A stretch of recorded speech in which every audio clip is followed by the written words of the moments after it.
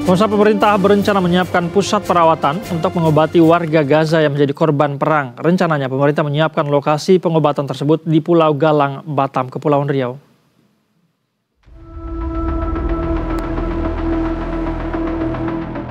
Presiden Prabowo Subianto memberikan arahan agar Indonesia membantu pengobatan bagi warga Gaza yang menjadi korban perang.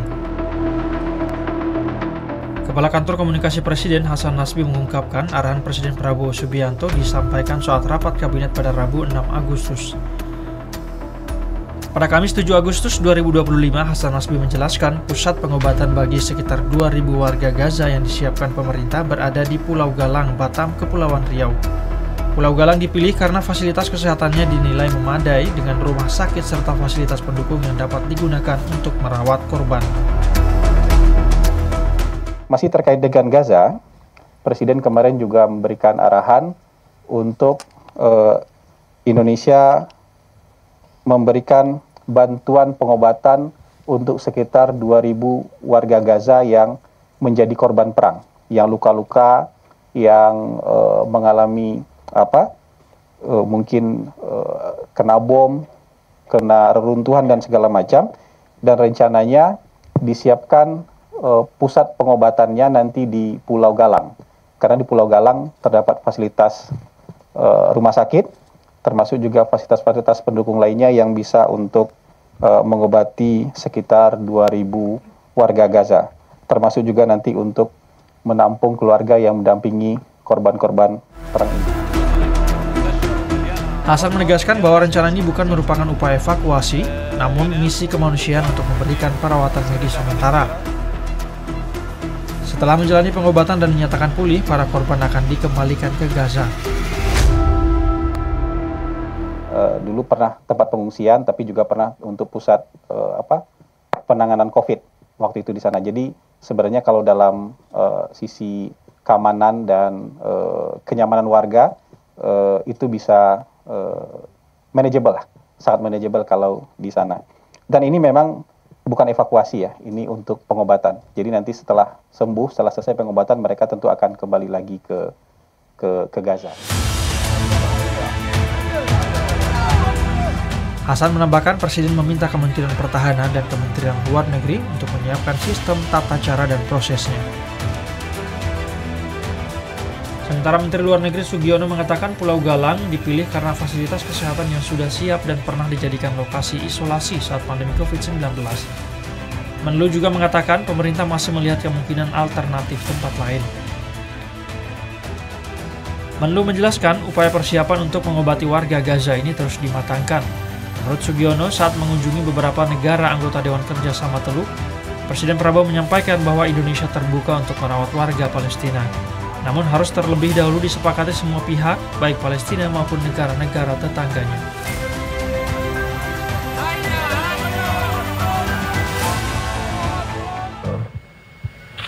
Beliau sudah berbicara dengan beberapa pemimpin negara-negara Timur Tengah, kemudian hal-hal yang sifatnya teknis juga kan harus kita persiapkan. Jadi sewaktu-waktu itu bisa dilaksanakan, ya kita udah siap. Ceritanya seperti itu. Jadi waktu itu kita bersedia untuk merawat sampai 1.000 anak-anak ataupun korban terluka yang membutuhkan perawatan medis. Tentu saja dengan satu setujuan dari seluruh pihak terkait di sana, setujuan dari negara-negara tetangganya langsung, Jordan, Mesir, dan tentu saja otoritas Palestina sendiri. Presiden menyebut Pulau Galang, itu juga lagi sedang lihat, karena waktu itu kan pernah dipakai untuk tempat perawatan COVID, ya. Jadi ada infrastrukturnya sudah di sana. Kemudian kita masih juga lihat alternatif lain. Pulau Galang merupakan salah satu pulau yang lokasinya berada di bawah wilayah pemerintahan Kota Batam, Provinsi Kepulauan Riau. Luas Pulau Galang sekitar 80 km persegi. Berjarak 7 km dari Kota Batam, pulau ini terkoneksi dengan jembatan Barelang atau Batam, Rempang Galang, dan pulau-pulau kecil di sekitarnya. Tim Liputan Berita 1.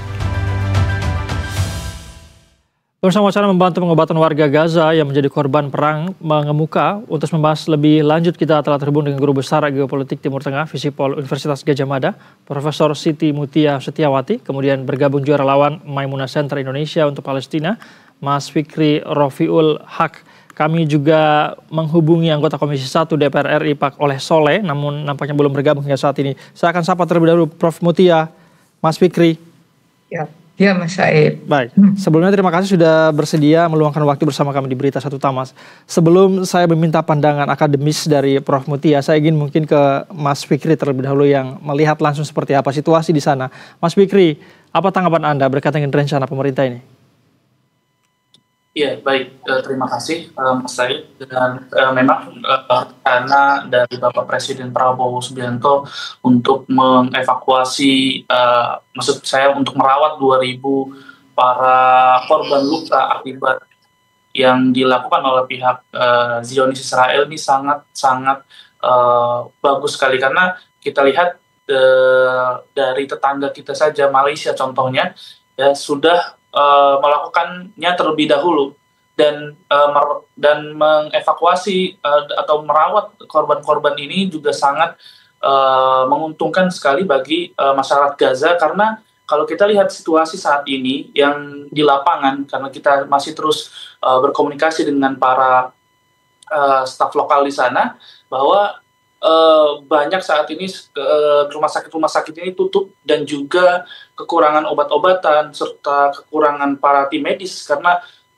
juga bukan selain warga sipil saja, namun para dokter, perawat dan tim medis lainnya juga ikut menjadi sasaran target serangan Israel. Contohnya saja yaitu Direktur Rumah Sakit Indonesia yang beberapa waktu lalu juga terbunuh, Dr. Marwan, ya, terbunuh akibat serangan satu keluarga mereka dihabisi oleh pihak Israel, padahal beliau adalah seorang dokter di Rumah Sakit Indonesia yang merawat korban-korban, yang memberikan fasilitas kesehatan kepada korban-korban, sehingga jika memang korban-korban ini dilarikan atau dipindahkan ke Indonesia, ini membuat potensi yang sangat baik sekali, tingkat kehidupan mereka justru meningkat, karena kita tahu bahwa bukan saja obat-obatan, namun bahan makanan untuk mereka sehari-hari pun sangat sulit sekali. Bahan makanan juga sangat mahal, tinggi sekali harganya, sehingga mereka jangankan untuk merawat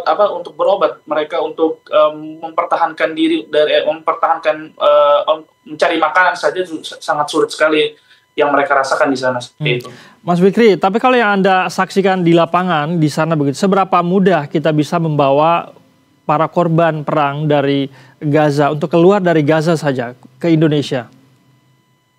Ya, kalau kita berbicara untuk mencari cara untuk membawa para korban ini memang agak sedikit sulit, karena memang mau tidak mau harus juga berkomunikasi dengan pihak Israel sendiri. Karena kita tahu ada dua perbatasan, yaitu perbatasan Rafah antara Mesir dan juga jalur Gaza, dan juga perbatasan antara Jordan dan juga Israel dan juga jalur Gaza. Dan semua perbatasan ini semuanya dikontrol oleh pihak Israel, sehingga semua nama-nama orang yang masuk ke jalur Gaza maupun keluar jalur Gaza itu harus dilaporkan ke pihak Israel, sehingga nanti pihak Israel akan menyetujui siapa-siapa saja yang boleh keluar dari jalur Gaza atau siapa-siapa saja yang boleh masuk ke jalur seperti itu. Jadi kemungkinan tantangannya akan ada di situ ya, Mas Fikri ya? Betul sekali. Baik, saya ingin ke Prof Mutia. Prof Mutia, kalau Anda melihat sendiri seperti apa rencana pemerintah ini memboyong korban perang yang ada di Gaza untuk diobat ke Indonesia? Ya, reaksi saya yang pertama adalah ini bagian dari soft power diplomacy ya. Artinya untuk menunjukkan solidaritas kita pada masalah kemanusiaan yang sekarang ini sedang berlangsung di Gaza. Itu yang pertama. Soft power diplomacy ini penting karena akan membawa akan membawa nama Indonesia, posisi politik luar negeri kita di dalam panggung internasional. Itu saya nilai sama dengan Mas Fikri tadi ya. Ini reaksi yang bagus. Tetapi ini kan masalah negara ya Mas. Ya, artinya ini manajemen kenegaraan itu tidak sama dengan manajemen keluarga yang bisa sewaktu-waktu membuat keputusan. Semua itu kan harus ada prosedurnya.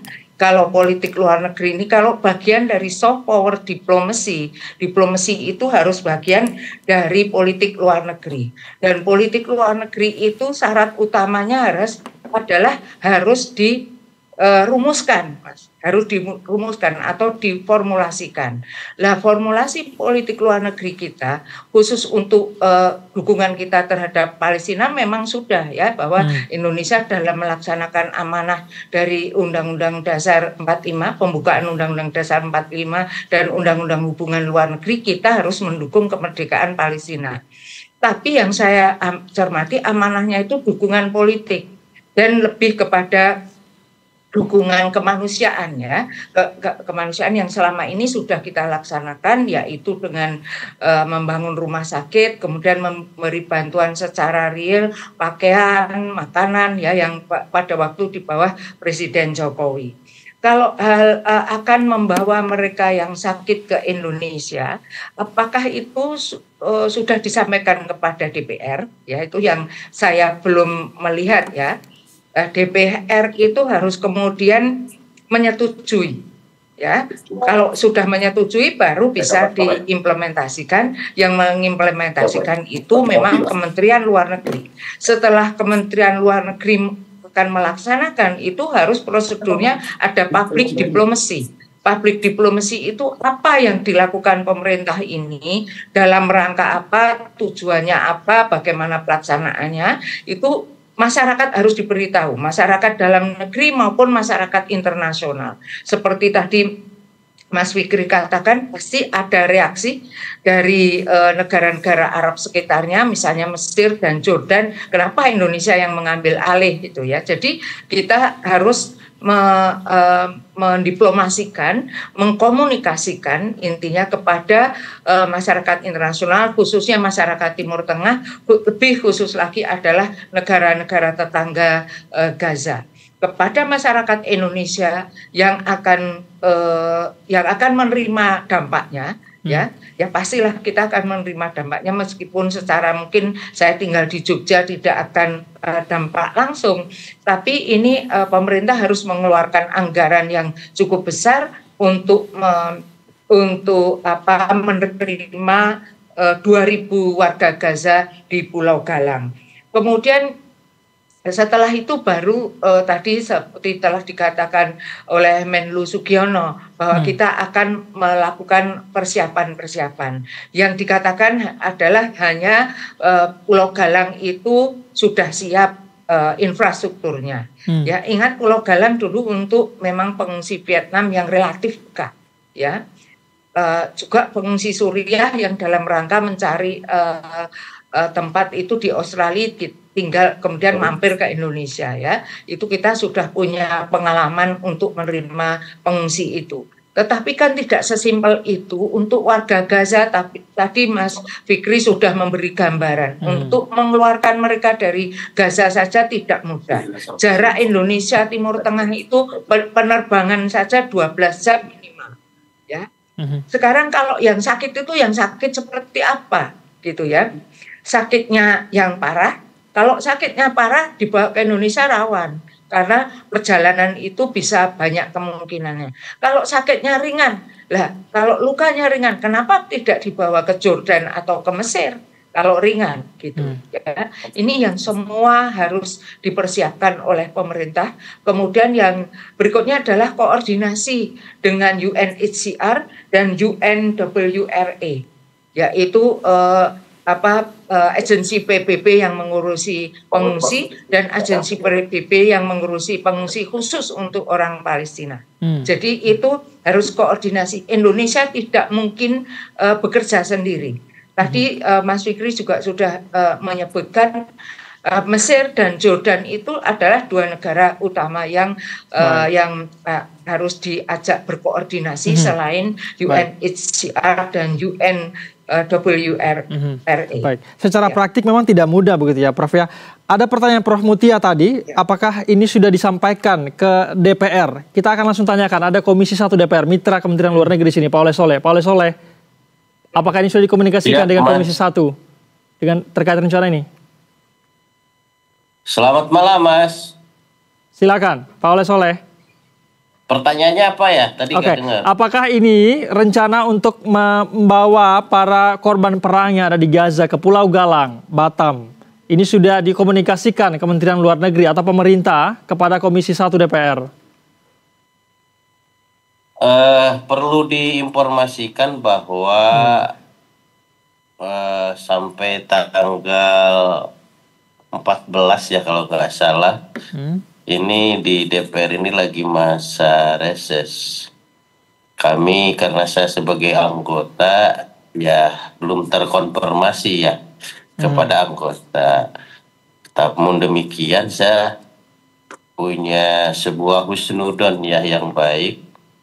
Barangkali Pak Presiden melalui Kemenlu melakukan koordinasi dengan pimpinan DPR dan tentunya juga diteruskan ke pimpinan Komisi 1. Mudah-mudahan seperti itu ya. Tapi kalau sikap Anda sendiri, Pak Oleh Soleh seperti apa? Kami sebagai anggota ya belum tahu dan belum diberitahu. Kami tahu hanya baru dari media, baik cetak, kemudian medsos maupun TV-TV. Oke. Tapi kalau menurut Anda, apakah kebijakan ini mungkin untuk kita lakukan dari sisi kemanusiaan misalnya?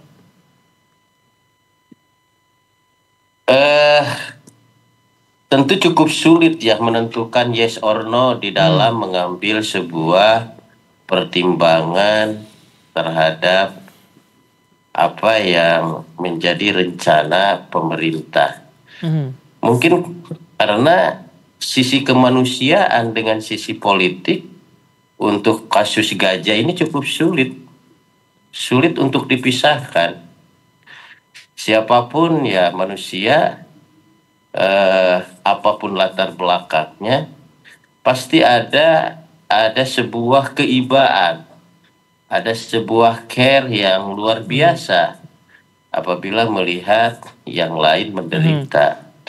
Akan tetapi ini kan bukan hanya sisi kemanusiaan, ada faktor lain. Satu sisi kita mendukung Palestina merdeka. Hari ini Parlemen Israel menyetujui rencana Netanyahu membuat Gaza City.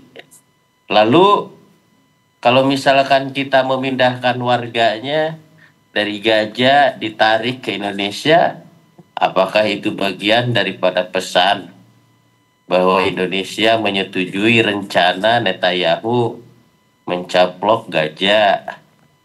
Nah, kalaupun bisa jalan tengahnya adalah di Palestina kan banyak kota-kota yang jauh dari Gaza. Kenapa tidak dilokalisir di daerah Palestina sendiri? Apakah kita membuat rumah sakit di sana yang besar, atau seperti tadi Ibu yang sampaikan di negara terdekat? Nah, titik poinnya apa? Artinya, mau membantu manusia, sesama manusia, atau ini apa gitu? Baik. Kalau membantu sesama manusia, cari yang termudah, yang termurah. Artinya Anda belum sepenuhnya setuju kalau rencana ini akan dilakukan oleh pemerintah membuat layanan kesehatan di Pulau Galang? Saya belum bisa bersikap ya, karena kami belum mendengar, belum mendengar secara komprehensif. Bagaimana dari A sampai J terhadap tujuan ini, rencana ini? Masih dalam tahap perencanaan informasinya, Pak Oleh. Kenapa? Masih dalam tahap perencanaan kabarnya. Ya mudah-mudahan dalam tahap perencanaan. Ya kami sih ya tadi antara sisi kemanusiaan dengan politik khusus untuk Gaza sulit untuk dipisahkan. Karena pada saat yang bersamaan hari ini beredar berita bahwa Netanyahu melalui parlemennya minta persetujuan untuk membuat ataupun dengan kata lain mencaplok Gaza. Lalu pada saat bersamaan kita juga mengeluarkan warga Gaza dari Palestina. Sementara kita, negara Indonesia bersama rakyatnya, mendukung penuh 100% kemerdekaan Palestina. Menjadi anomali kan jikalau misalkan hal itu dilakukan.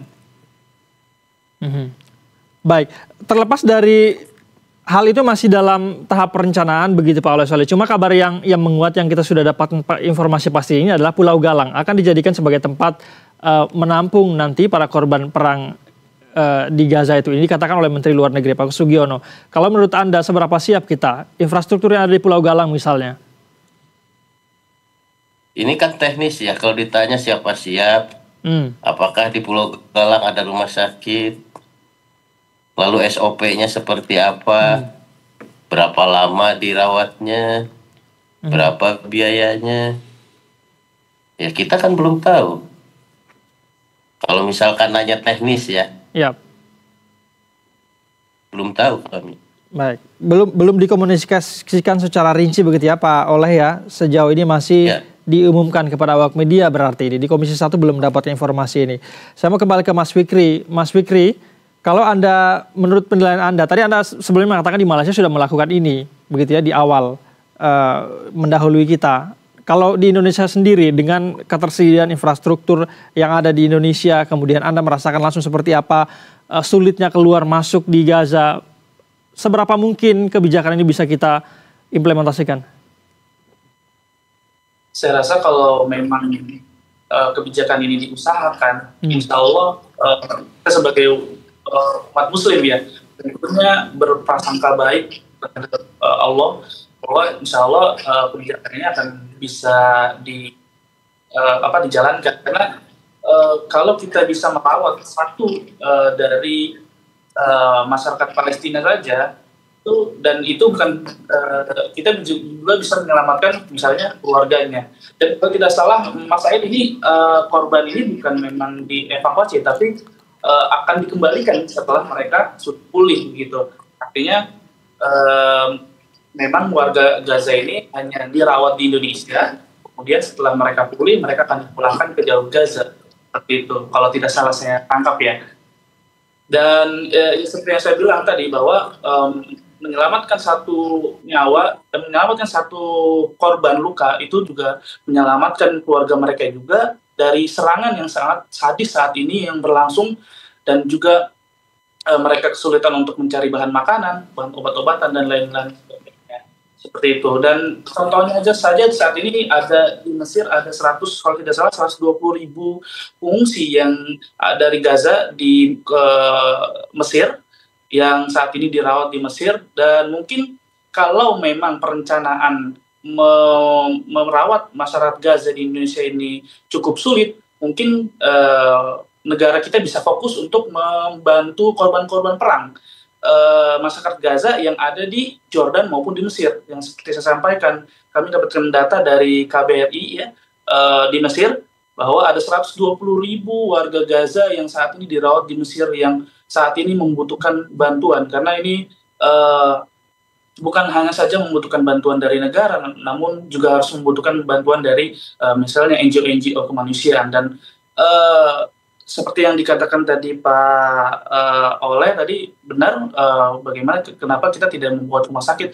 Dalam hal ini kita alhamdulillah dalam Maimunah Center sendiri ada perencanaan untuk membangun rumah sakit ibu dan anak di jalur Gaza. Insya Allah jika memang perbatasan sudah dibuka, dan kami tentunya memohon dukungan dari masyarakat Indonesia untuk mewujudkan membangun rumah sakit. Dan kami alhamdulillah sudah memiliki pengalaman membangun rumah sakit Indonesia yang ada di Gaza, yang sampai saat ini rumah sakit tersebut masih kukuh, masih kokoh, beda dengan rumah sakit yang lain yang sudah hancur porak-poranda, dan alhamdulillah rumah sakit Indonesia yang ada di Gaza Utara, tepatnya di kota Beit Lahia, itu masih berdiri kokoh, dan jika tidak ada serangan militer di sana, banyak korban juga yang bisa dirawat di rumah sakit tersebut.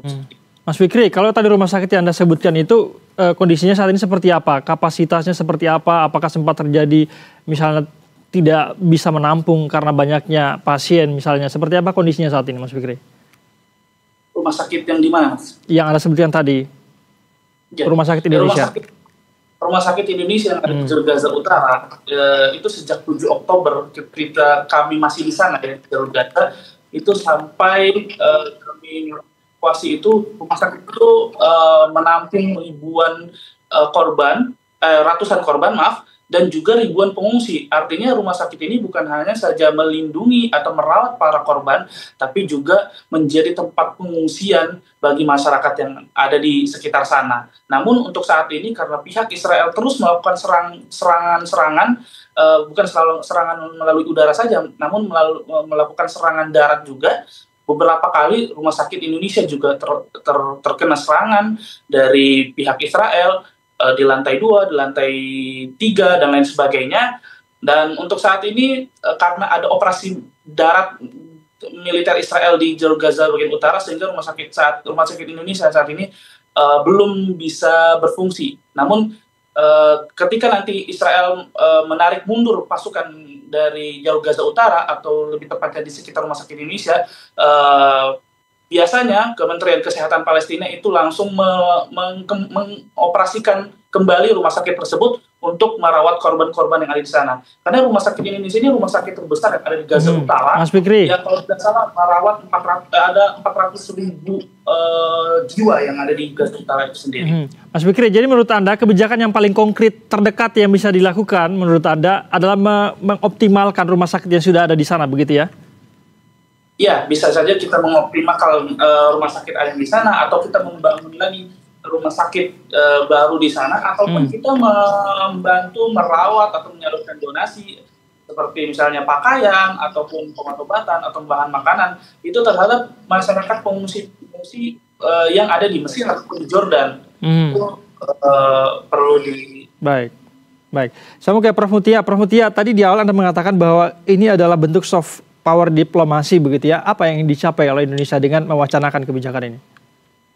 Ya, ini bagian dari politik luar negeri kita yang ikut melaksanakan ketertiban dunia dan politik luar negeri yang pro pada kemanusiaan, pro pada kedaulatan ya. Ini bagian dari prinsip politik luar negeri kita yang ingin dicapai tentu saja ya itu menjalankan amanah dari undang-undang tadi yang saya berikan. Tetapi mungkin tujuan ini tidak diformulasikan. Tetapi kalau saya lihat dengan demikian Indonesia itu mendapat tempat gitu ya di panggung internasional. Politik luar negeri kita itu mempunyai identity sebagai politik luar negeri yang pro pada perjuangan kemanusiaan, pro pada human right, penerapan hak asasi manusia, pro pada kedaulatan, ya, pro pada kemerdekaan, itu semakin bisa dilihat dunia.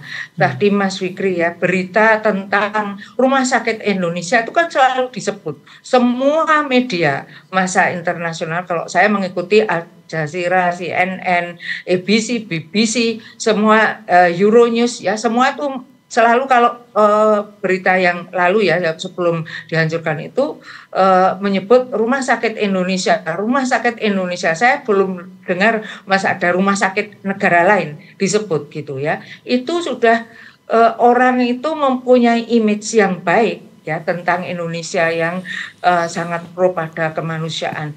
Orang mungkin akan menilai kita kan juga punya banyak masalah. Kenapa sih kita mengurusi negara lain? Tidak bisa begitu. Ini kan manajemen negara beda dengan manajemen rumah tangga ya. Kalau manajemen rumah tangga mungkin yang kita dahulukan anak-anak dan keluarga dulu. Tetapi kalau ini memang harus berpikirnya demi untuk negara secara keseluruhan.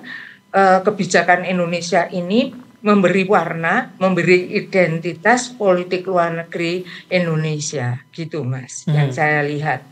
Dan itu sepertinya tercapai, gitu kalau yang itu. Tetapi kalau pelaksanaan membawa yang sakit ke Indonesia lain lagi ya. Tetapi lontaran mengenai soft power diplomasi itu strategi ya. Soft power itu kan soft yang beda dengan hard power. Mengeluarkannya sedikit tetapi hasilnya nanti untuk negara itu besar gitu. Kalau dari sisi pelaksanaannya seberapa mungkin kita bisa melakukan itu, Prof? Kalau membawa 2000 saya maaf ya Mas, pesimis. Terus terang ya, membawa 2000 yang luka loh. Ya makanya kalau lukanya parah gitu kan.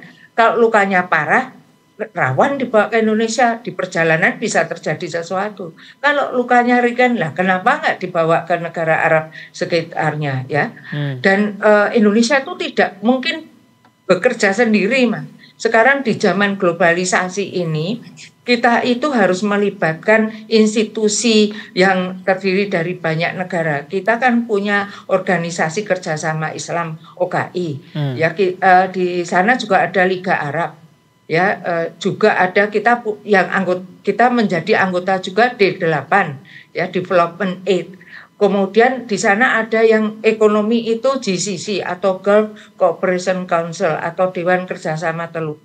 Itu harus kita dorong untuk kalau kita ingin membawa ke sini misalnya ya harus melibatkan institusi-institusi internasional itu. Jangan kita bekerja sendiri, melaju sendiri, itu tidak akan efektif gitu. Dan kita butuh dukungan juga dari institusi internasional yang tadi yang tadi saya sebutkan. Gitu. Baik, butuh upaya yang tidak mudah, Prof ya, jika ini akan diimplementasikan begitu. Saya ini kembali ke Komisi 1, Pak Oleh. Pak Oleh, Anda memang belum mendapatkan informasi, belum tahu, belum diberitahu begitu ya, Pak Oleh. Tapi kalau Anda harus memberikan saran kepada pemerintah, katakanlah, terhadap kebijakan ini, saran apa yang ingin Anda tekankan begitu? Dari sisi kesiapan misalnya, anggaran, teknisnya seperti apa? Tentu ya kita harus hati-hati sesungguhnya. Kalau soal kita peduli terhadap sesama, apalagi sesama muslim, oke. Kita biasa gotong royong.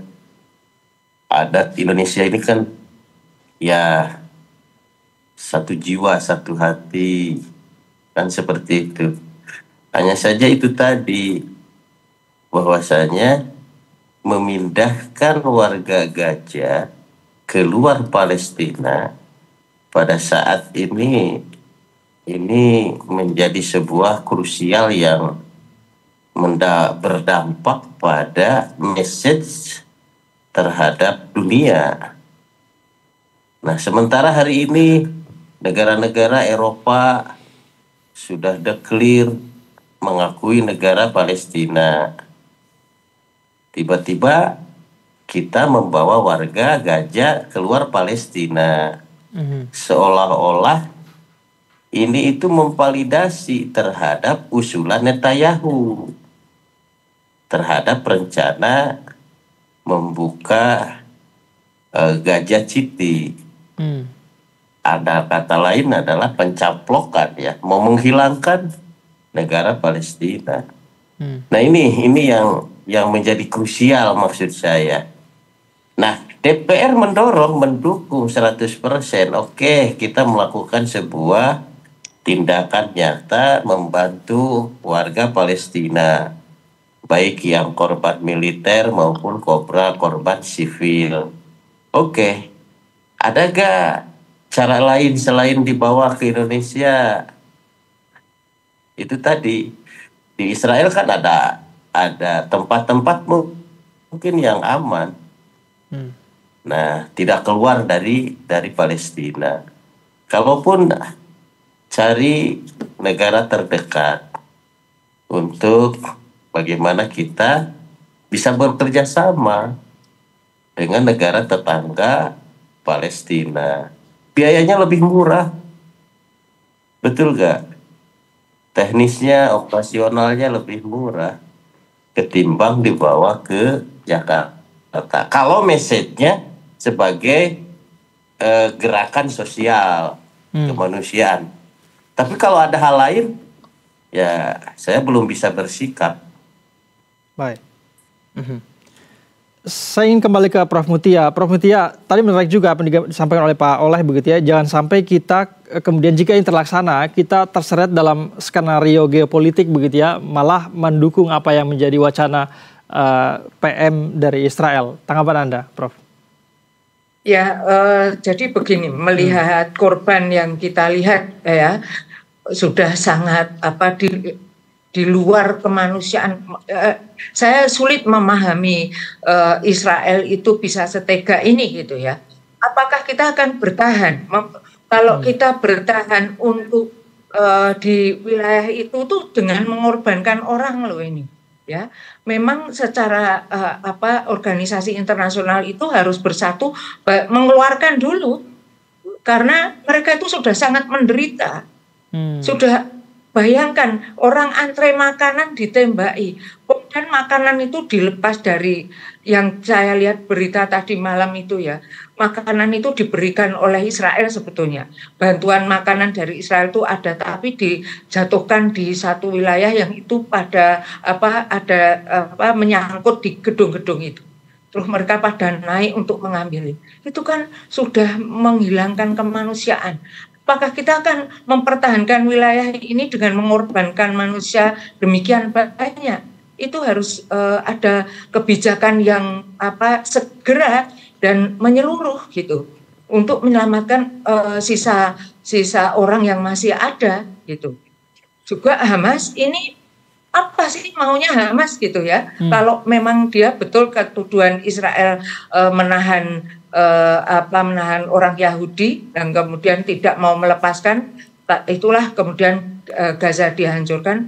Apakah dia akan mengorbankan demikian banyak manusia demi itu tadi menahan orang Yahudi? Ini yang saya tidak paham, Mas.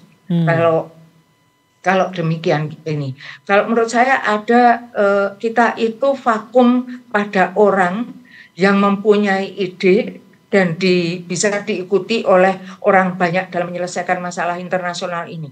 Ini kan sudah menjadi masalah internasional ya. Jadi yang harus menyelesaikan adalah orang yang mempunyai kapasitas internasional yang diterima oleh semua orang. Dulu itu Perang Dunia Pertama dan Kedua itu Franklin Delano Roosevelt, Churchill, Stalin itu berkumpul untuk membahas mengenai masa depan dunia. Kan meskipun kita tidak suka tapi itu penyelesaian gitu. Ini tidak ada kita internasional yang punya ide untuk menyelesaikan masalah ini. Ya. Yang punya ide tidak punya otoritas, yang punya otoritas tidak punya ide.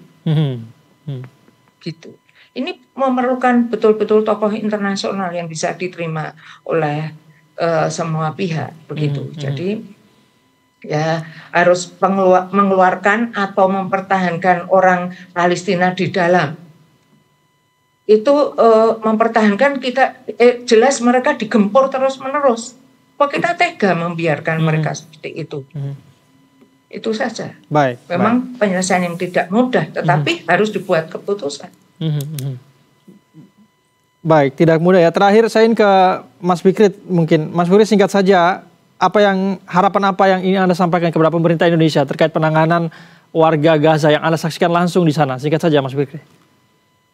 Iya, kita juga bersilaturahmi dengan KBRI di Kairo, Mesir ya. Juga mereka menyampaikan bahwa ada 120.000 pengungsi Gaza yang ada di Mesir ini, dan mereka saat ini membutuhkan banyak sekali bantuan seperti yang saya sampaikan, misalnya bahan makanan ataupun misalnya ambulan untuk mengevakuasi warga-warga dari jalur Gaza menuju ke Mesir itu, karena tidak dekat ya, jaraknya sangat-sangat jauh, jadi membutuhkan ambulan untuk evakuasi para warga yang ada di Mesir itu.